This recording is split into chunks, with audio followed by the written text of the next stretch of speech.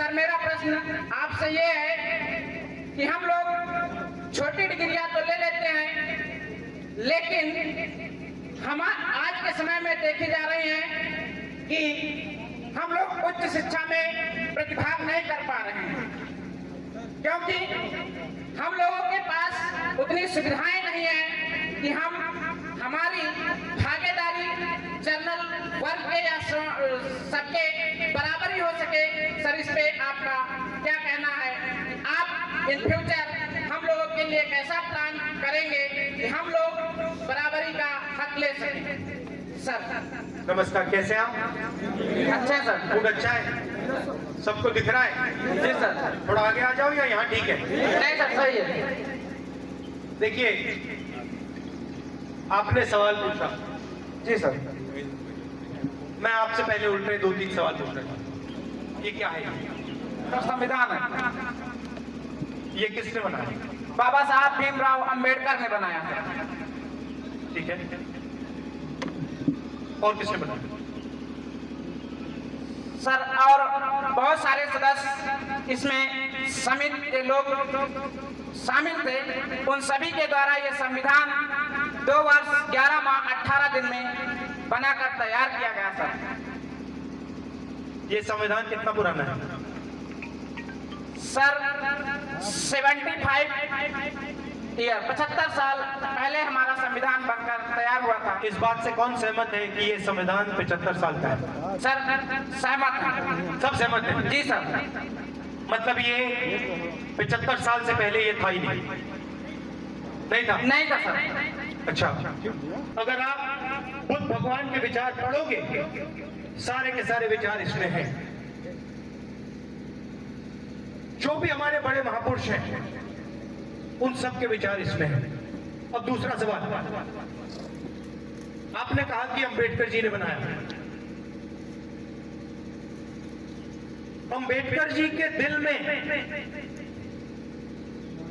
ये विचार कहां से आया? सर उनके साथ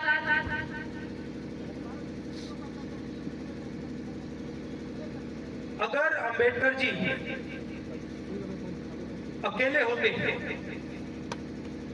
और हिंदुस्तान में दलित नहीं होते और वो सिर्फ अकेले दलित थे, तो उनके विचार आ सकते थे? नहीं जी, नहीं। तो विचार कहां से आए? आपके समाज के अंदर से। आपके समाज ने अपनी आवाज अंबेडकर जी को दी। वो अंबेडकर जी की आवाज नहीं थी, वो समाज की आवाज थी। बात क्या थी कि अंबेडकर जी ने आपकी आवाज सुनी, समझी और फिर देश के सामने, दुनिया के सामने रखी। उनमें स्वार्थ नहीं था, उनमें डर नहीं था, इसीलिए वो बात रख पाए। अगर उनमें डर होता, घमंड होता, तो फिर वो आपकी बात नहीं रखती। तो आपको सबसे पहले ये समझना है कि इसमें जो विचार हैं, कॉन्स्टिट्यूशन भाई, इसमें जो विचार हैं, अंबेडकर जी ने इसको बनाया, मगर विचार आपके हैं। इस किताब में जो हजारों साल से आपके खिलाफ किया जा रहा है, जो आपका दर्द है, जो आपका दुख है, आपका नहीं, हजारों लाखों लोगों का, जो आपसे पहले गए, जो भी अपमान उन पर हुए थे, किए गए थे, वो सारे के सारे किताब। मतलब अगर 1000 साल पहले किसी दलित को मारा गया, पीटा गया, झूठ बोला गया, जो उसका दर्द है वो इस किताब में है। मतलब आप सब अम्बेडकर। Yes sir. आप सब के सब अंबेडकर हो और विचारधारा आपके अंदर है। पहली बात ये, कितनी पुरानी किताब है? किसकी विचारधारा इसके अंदर है? समाज की। और ये इसके अंदर आपका दर्द, आपका दुख, जो भी आपके सामने रखा, महात्मा गांधी ने आपकी आवाज देश के सामने रखी, मगर आज उसी आवाज को दबाया जा रहा है। दूसरी बात, आपकी आबादी कितनी है? नहीं, हिंदुस्तान में दलित कितने हैं? भैया देखो 85%। ये देखो, ये आपको लड़ाई लड़नी है तो आंकड़े हाथ में होने चाहिए। कितने परसेंट है दलित हिंदुस्तान में?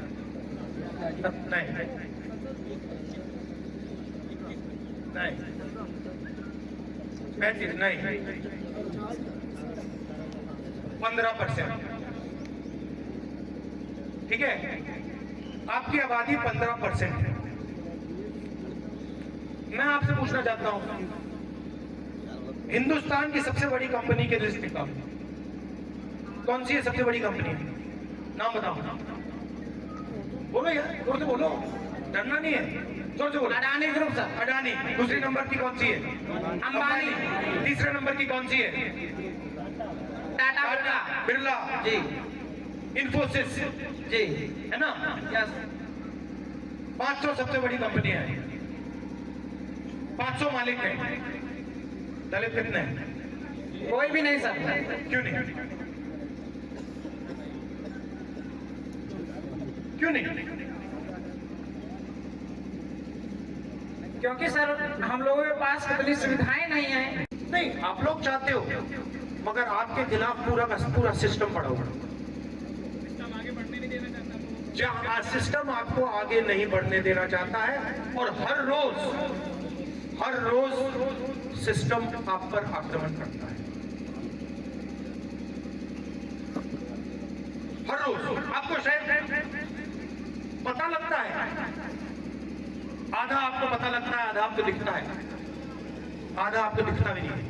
कौन कर गया, कहां से कर गया, कौन सी कंपनी में, किसने आपका नाम काट दिया, कैसे काटा, कुछ आधा पता भी नहीं लगता, आधा पता।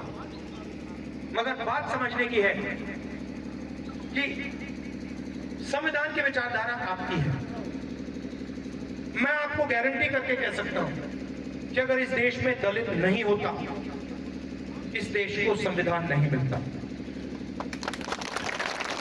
सीधी सी बात, विचारधारा आपकी है, संविधान आपने दिया, मगर जहां भी आप जाते हैं आपको कुचला जाता है। मैंने कॉर्पोरेट इंडिया की बात की, प्राइवेट अस्पतालों की लिस्ट निकालो, डॉक्टरों की लिस्ट निकालो, प्राइवेट अस्पताल के मालिकों की लिस्ट निकालो, प्राइवेट कॉलेज यूनिवर्सिटी के मालिकों की लिस्ट निकालो, टीचर्स की लिस्ट निकालो, दिखा दो मुझे दलित ना है। आपको कहीं नहीं मिलेंगे। मनरेगा की लिस्ट निकालो कि हर रोज आपके खिलाफ इस देश में अत्याचार, आक्रमण हो रहा है। अगर आप संगठित नहीं होंगे, अम्बेडकर जी ने कहा, क्या बोला था? शिक्षित संगठित रहो, संघर्ष। ऑर्गेनाइज क्यों बोला? क्या बोला? ऑर्गेनाइज, एजुकेट, एजुकेट, ऑर्गेनाइज क्यों बोला? क्योंकि अगर आप संगठित नहीं होंगे तो आपको सुविधा मांगनी पड़ेगी। अगर आप संगठित होंगे तो आप सुविधा ले लोगे। आपको एक साथ संगठित होके अपनी पोजीशन लेनी है,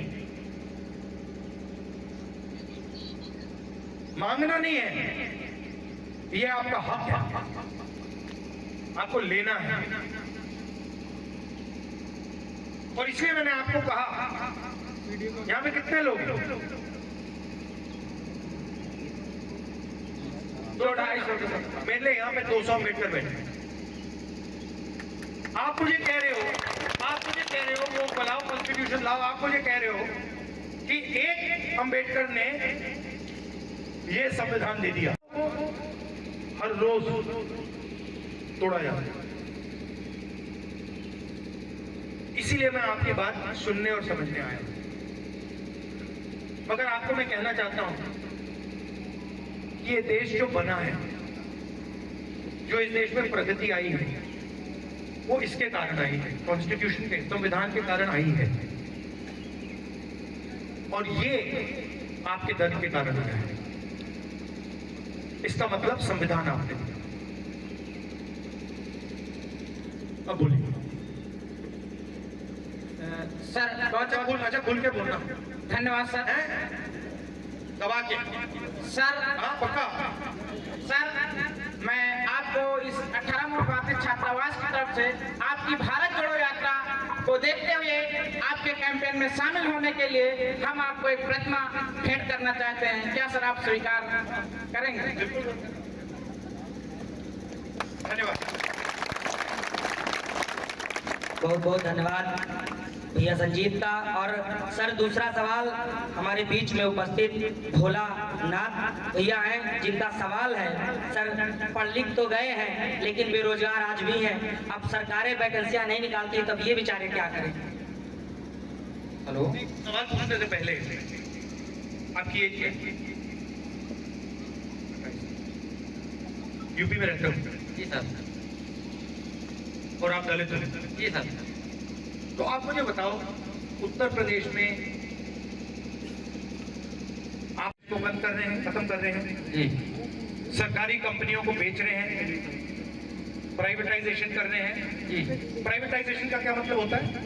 सर, प्राइवेटीकरण का निजीकरण जो होता है सर, की सरकार डायरेक्ट भर्तियां कर लेती है और उस पर कोई वैकेंसी नहीं निकालती है।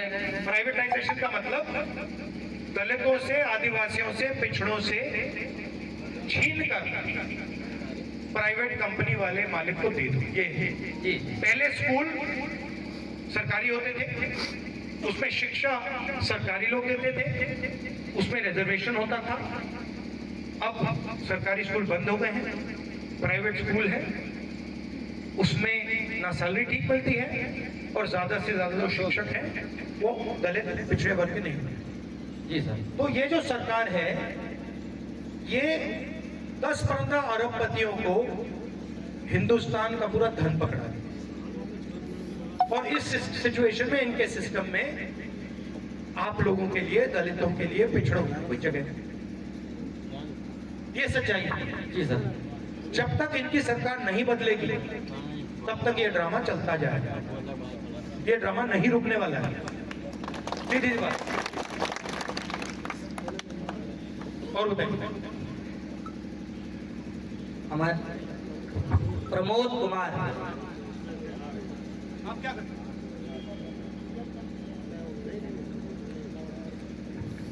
बीएड कर चुके हैं और इस टाइम तैयारी कर रहे हैं टीचिंग लाइन में।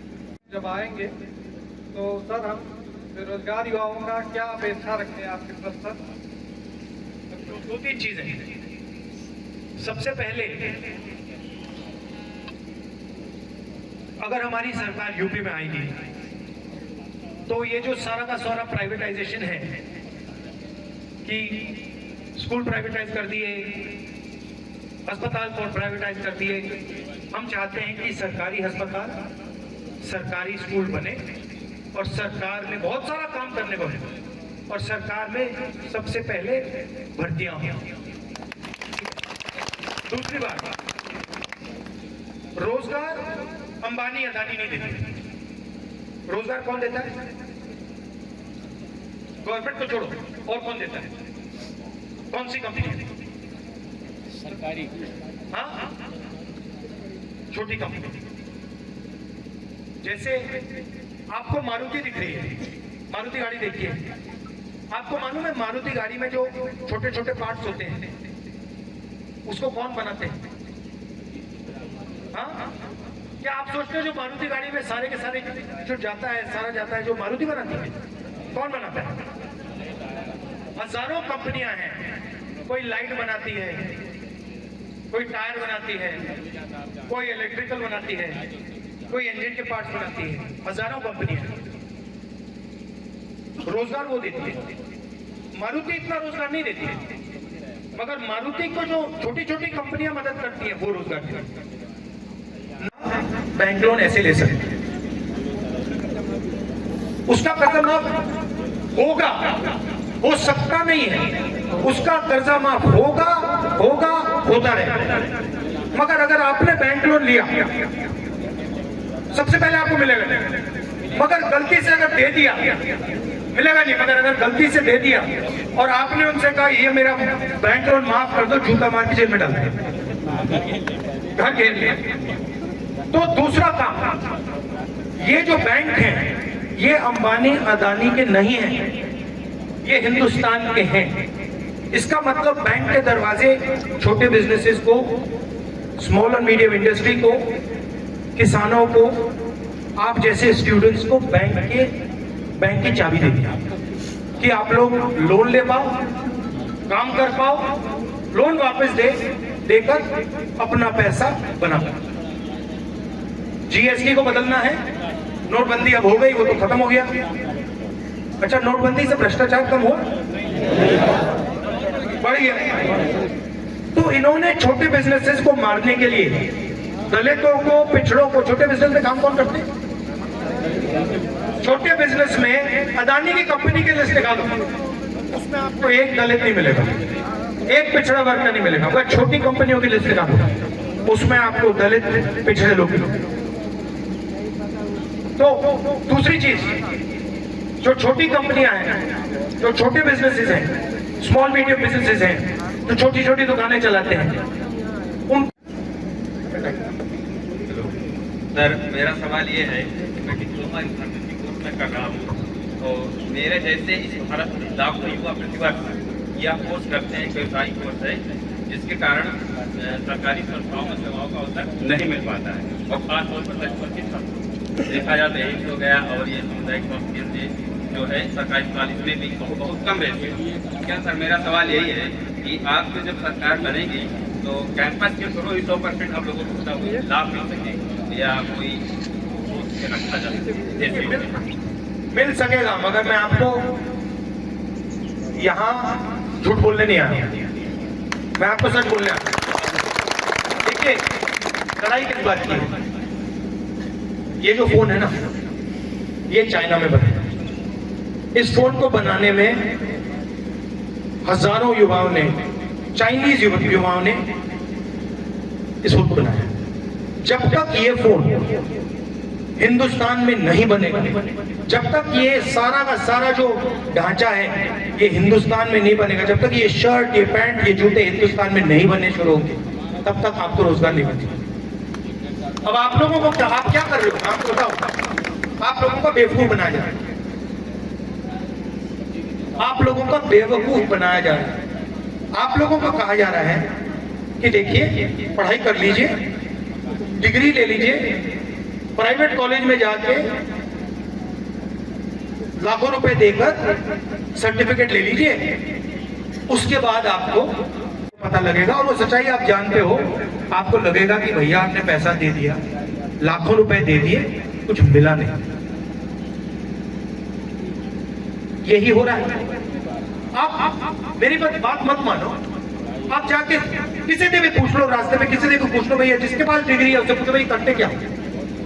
सारे के सारे आपको बताएंगे भैया कुछ करते नहीं। और उत्तर प्रदेश में, ठीक है, कर्नाटक में, केरला में, तेलंगाना में, महाराष्ट्र में कभी हो जाता है काम। उत्तर प्रदेश में तो सवाल ही मजाक बना रखा है यहाँ। तब हाँ, युवाओं से पकौड़ा तलवा रहे, नचा रहे हैं आपको, बट इसमें आपकी भी गलती है, थोड़ी गलती तो है ना? तो आपको भी सोचना है कि भैया भविष्य में होगा क्या। और मुझे क्या लग रहा है, आप में इतनी ऊर्जा है, आप में इतना नॉलेज है, इतना ज्ञान है, वो सब जाया हो रहा है। जो आप कर सकते थे, जो आप कर सकते हो, वो करने के लिए आपको मौका ही नहीं मिल रहा है। तो देश का भी नुकसान हो रहा है, आपका भी नुकसान हो रहा है, सबका नुकसान हो रहा है। अदानी अंबानी का फायदा हो रहा है, ये रियलिटी है। गगन कुमार, गगन